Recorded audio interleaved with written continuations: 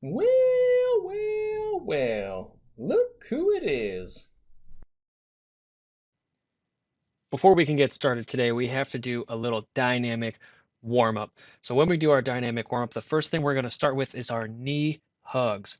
So just like in the video here, we're going to take one knee and pull it towards our chest. We're going to pull up, pull up. If you guys want, excuse me, if you guys want a little bit more of a challenge here, what you can do when you pull up is you can come up onto your toes just like that right there. Up on the toe. Make sure you keep your core nice and tight here. These are our knee hugs. Next up is our leg pulls.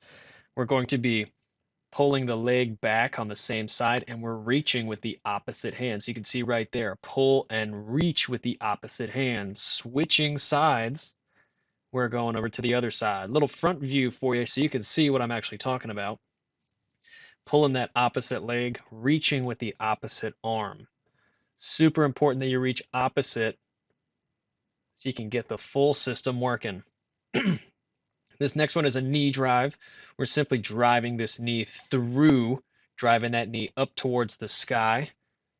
As you can see, I jump up on my toe.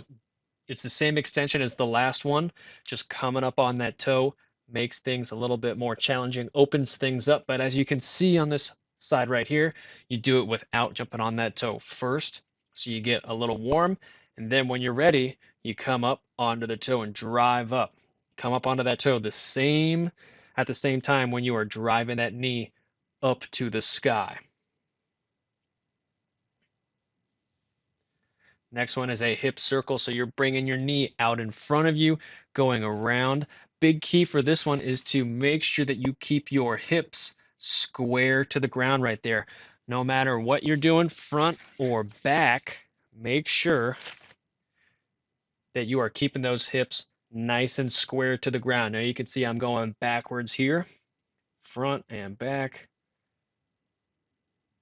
keeping those hips square. And I just changed directions. I'm going backwards first and then bringing it around. It is really important that you do both directions and you don't get stuck in just doing one.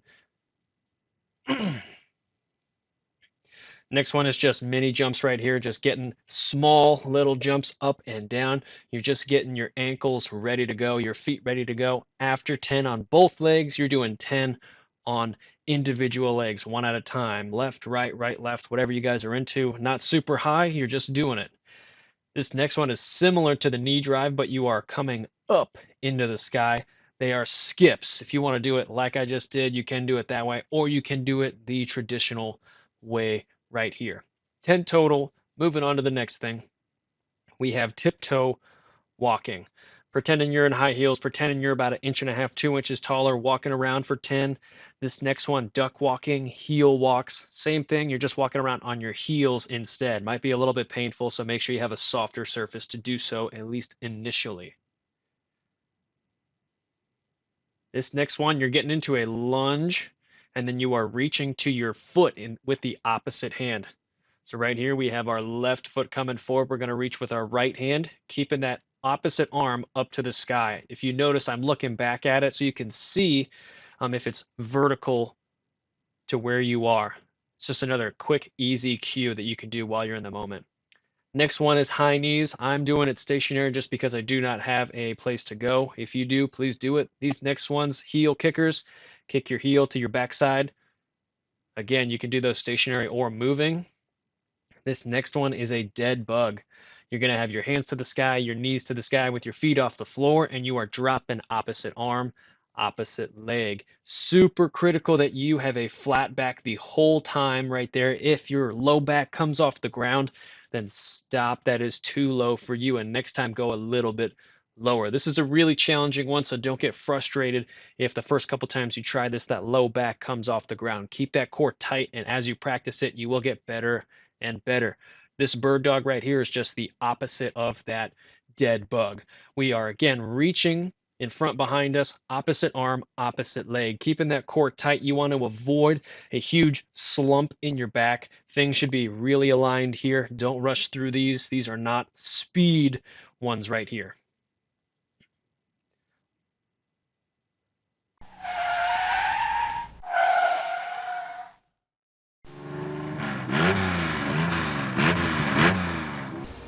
for today's warm-up game, we're going to be doing some juggling. What I have right here are 3 jumbled up socks. That's really all you need for this. And to start out with our juggling, we're just going to start out with 1.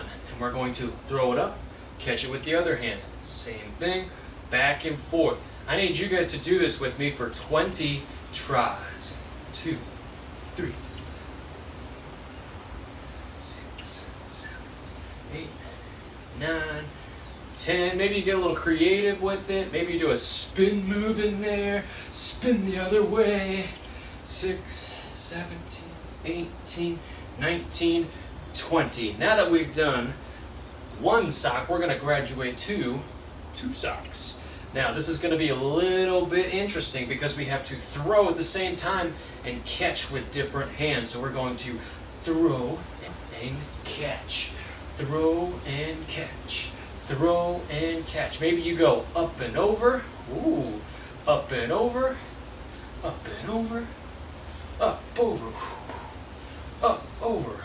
I need you guys to practice this for 10 different times. Now, if you're noticing, we are setting you up to get to juggling with 3. Ooh. Whew. Missed that one. Let's do it one more time. Up, over, crab. Now, if you're ready to go up to 3, let's do it. If not, just stick with 2 and just keep practicing, and as the days go by, you're going to get ready for that cool number 3. Now, the trick with 3 is you have to start with 2 in one hand. And you remember that toss that we did with our 2? It's going to be the exact same thing. So we're going to toss over. Whoo! I'll do that again in slow motion. We're going to toss with one hand. And then almost immediately after, the other hand is going to toss up in a form of an X. So my hand's going over here, tossing this one up. And right after that, this hand's going to be tossing up this way, making our X. Let's see what the third one does. Here we go. Now, did you guys catch that? Mr. C didn't really do it, but you just have to keep making that X. Let's see if Mr. C's got it this time.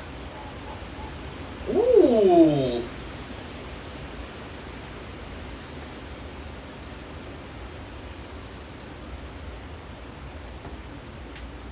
I need you guys to practice this for 2 more minutes.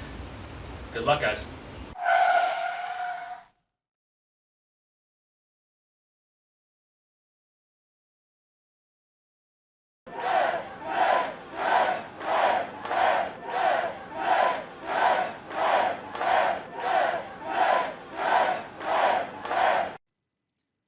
So the first exercise we have for our warm-up today is the 100 up. You're going to bend your elbows at 90 degrees and you're going to touch your knee to your hand without moving your arms.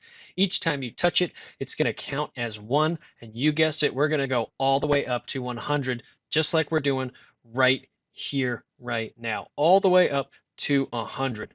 Let's go, guys.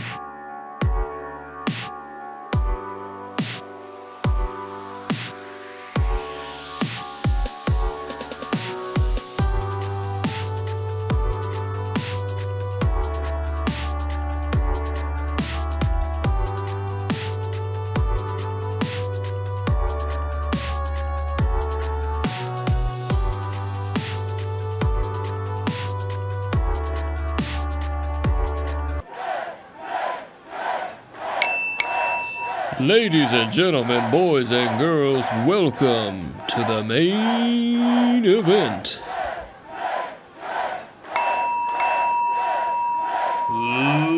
Let's get ready to fitness. So today for our track and field main event today, what we're going to be doing is a couple different events. We're going to start off with a 100-meter dash, then we're going to move to our hurdles. After the hurdles, what we're going to be doing is working on starts. So I know it's going to be hard to simulate running outdoors inside, but the 100-meter dash, we're going to do what we did in our conditioning, and that is the 100 up. The 100 up, let's do it. 100-meter dash right now. On your marks, get set, go!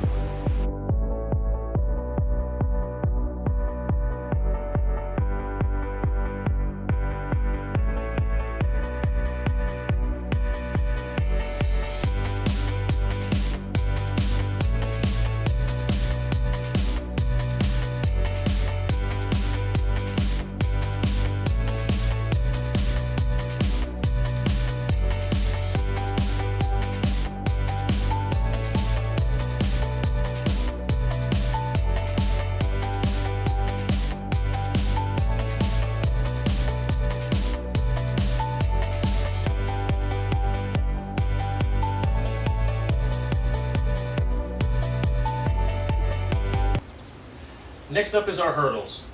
Now, all you need for your hurdles are some pillows. If you want to make it a little more interesting, maybe you get something that's higher off the ground, something to challenge you and what you have and what your capabilities are in your own space.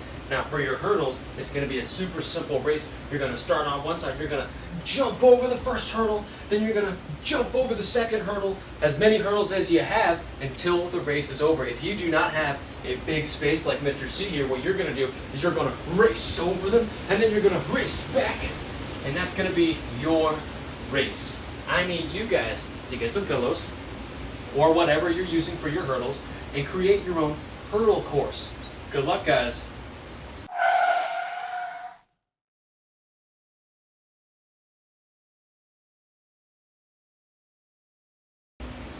Now, the last thing we're going to work on today is our starts.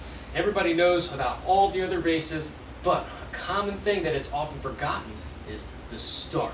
So what you're going to do to practice your start, you're going to kneel down on the floor. Notice how my toes are curled under. You're going to put your hands down in front of you, and you're going to take one leg, bring it in line with your other foot back here, and keep that toe curled. Now, when we get ready, we're going to come up on our toes, and then we're going to explode forward. I need you guys to practice your start 10 different times. When you're ready, it's going to look something like this in real time. Ready, back, up, go. Are you faster than Mr. C? Good luck.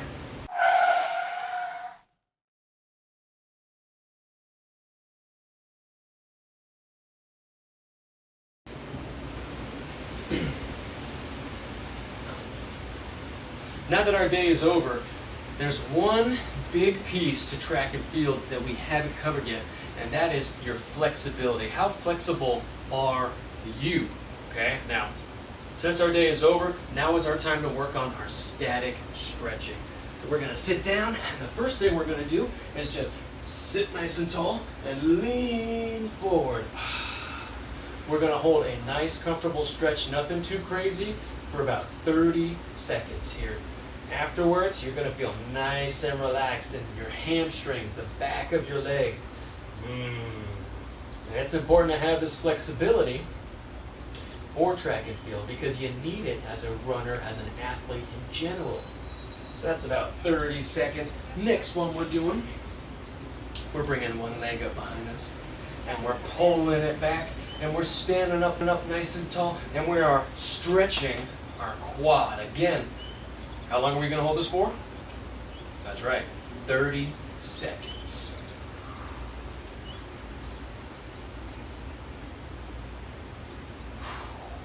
Next up, we're going to switch sides, doing the exact same thing. Whew. this one is tight for Mr. C. His leg. Whew. Remember to stand up super tall here. Get the full stretch. Last one that we're going to do, we're going to set up with a wide stance. You're going to take one hand and you're going to reach to the opposite foot. And at the same time, the other hand's going to reach for the sky. So it's going to look something like this. If you want some visual cues, make sure you're looking at your hand and seeing if it's going straight up to the sky. After a couple seconds, we are switching over to the other side.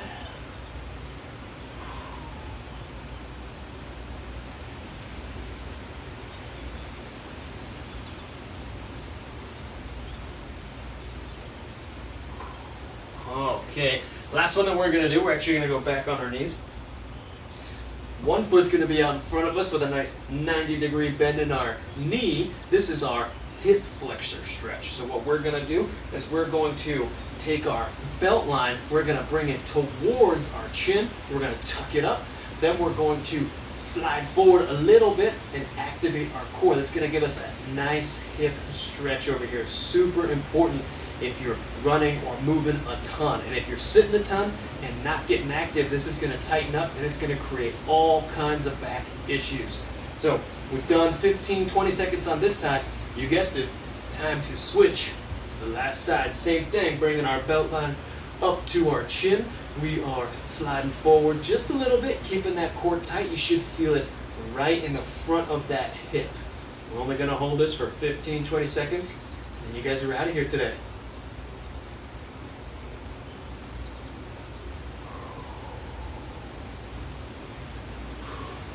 All right, guys, have a good day. See you later.